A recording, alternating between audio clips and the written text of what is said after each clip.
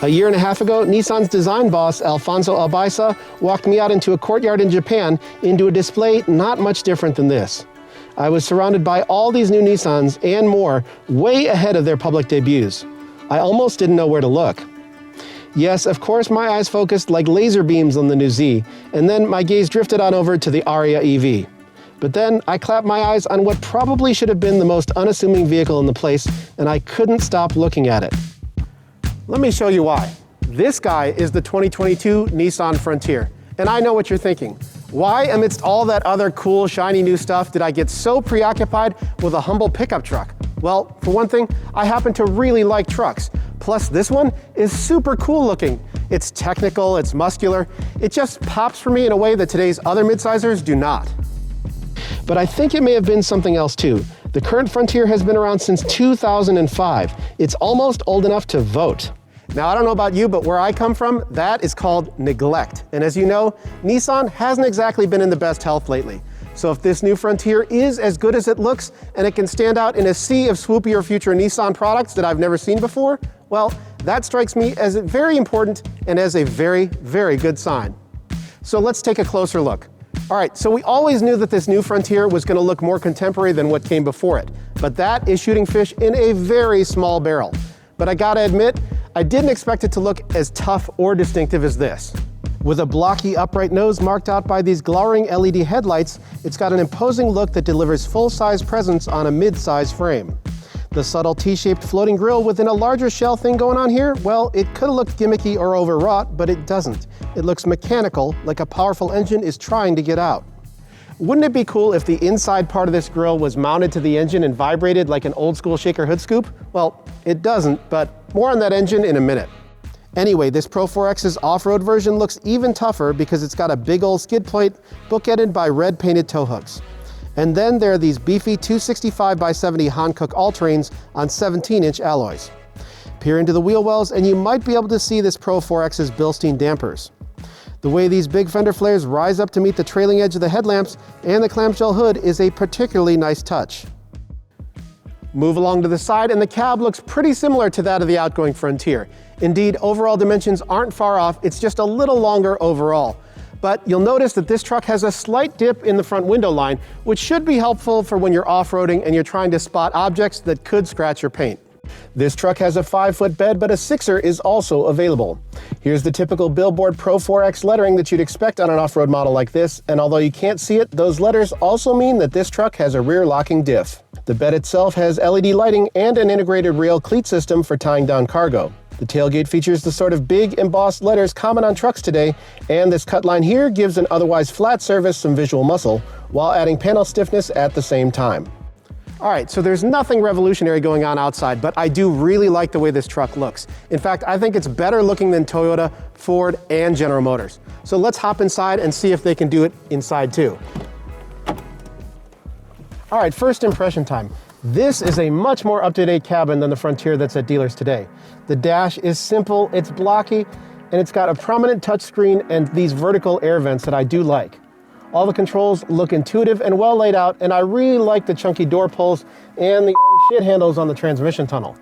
This Pro 4X's lava orange accents, well, they look great, including the stitching and on the gauge bezels. I also really like the stepped backrest patterns that look both technical and modern. That touchscreen, at 9 inches, it's the biggest in the class, and you can use it to check out Nissan's sweet 360-degree camera system. Well, that won't just help you in parking lots, it also acts as a virtual spotter close in when you're off-roading and you don't want to frag your oil pan on a rock. The screen also gets you access to a Wi-Fi hotspot, as well as Apple CarPlay and Android Auto, which works with an optional 10-speaker Fender audio system. There's a center console here with 4 liters of storage, much bigger than most trucks this size, and there's a wireless charge pad, plus USB-A and C ports. And I appreciate that this doesn't have some sort of gimmicky electronic shifter, just a traditional lever. So the rear seats look similar in size to before, so those upright backrests, well, they're no surprise. I did notice that the second row's door trims don't have the same orange inserts like the fronts, and that feels like Nissan has cheaped out just a little bit. Overall, this is a good, useful cabin, and I much prefer the seating position to the weird on-the-floor posture that the Tacoma makes you take. If these zero-gravity seats are anything like those found in other Nissans, well, it should be all-day comfortable in here.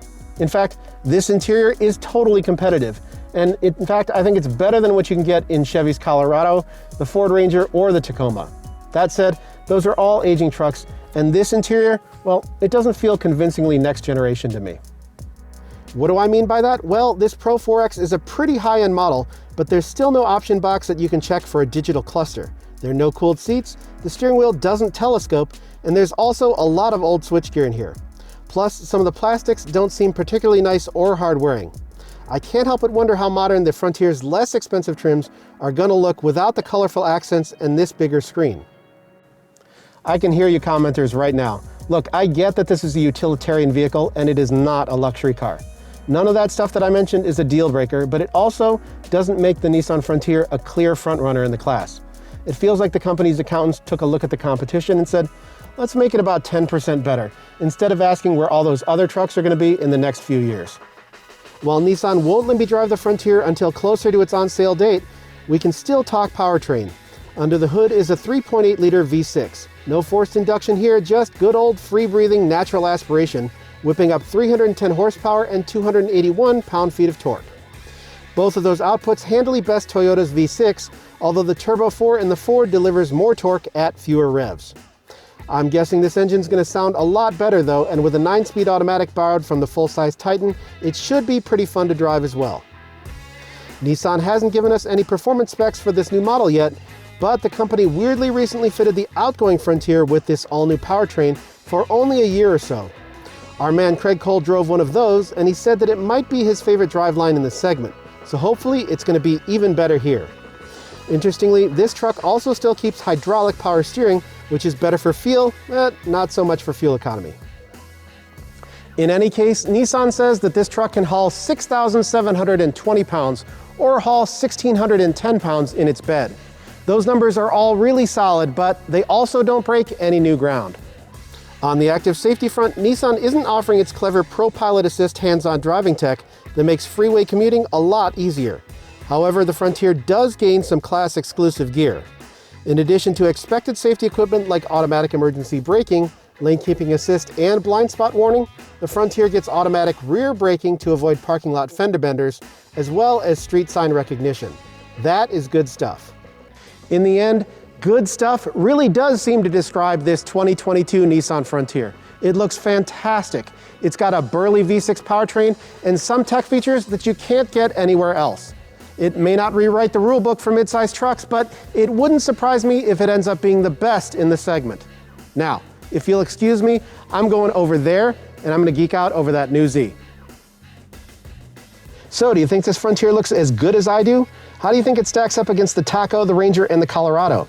Leave me a comment below, and if you enjoyed this video, why not give it a thumbs up and consider subscribing to our channel. And for more on the latest Nissans, check out theroadshow.com.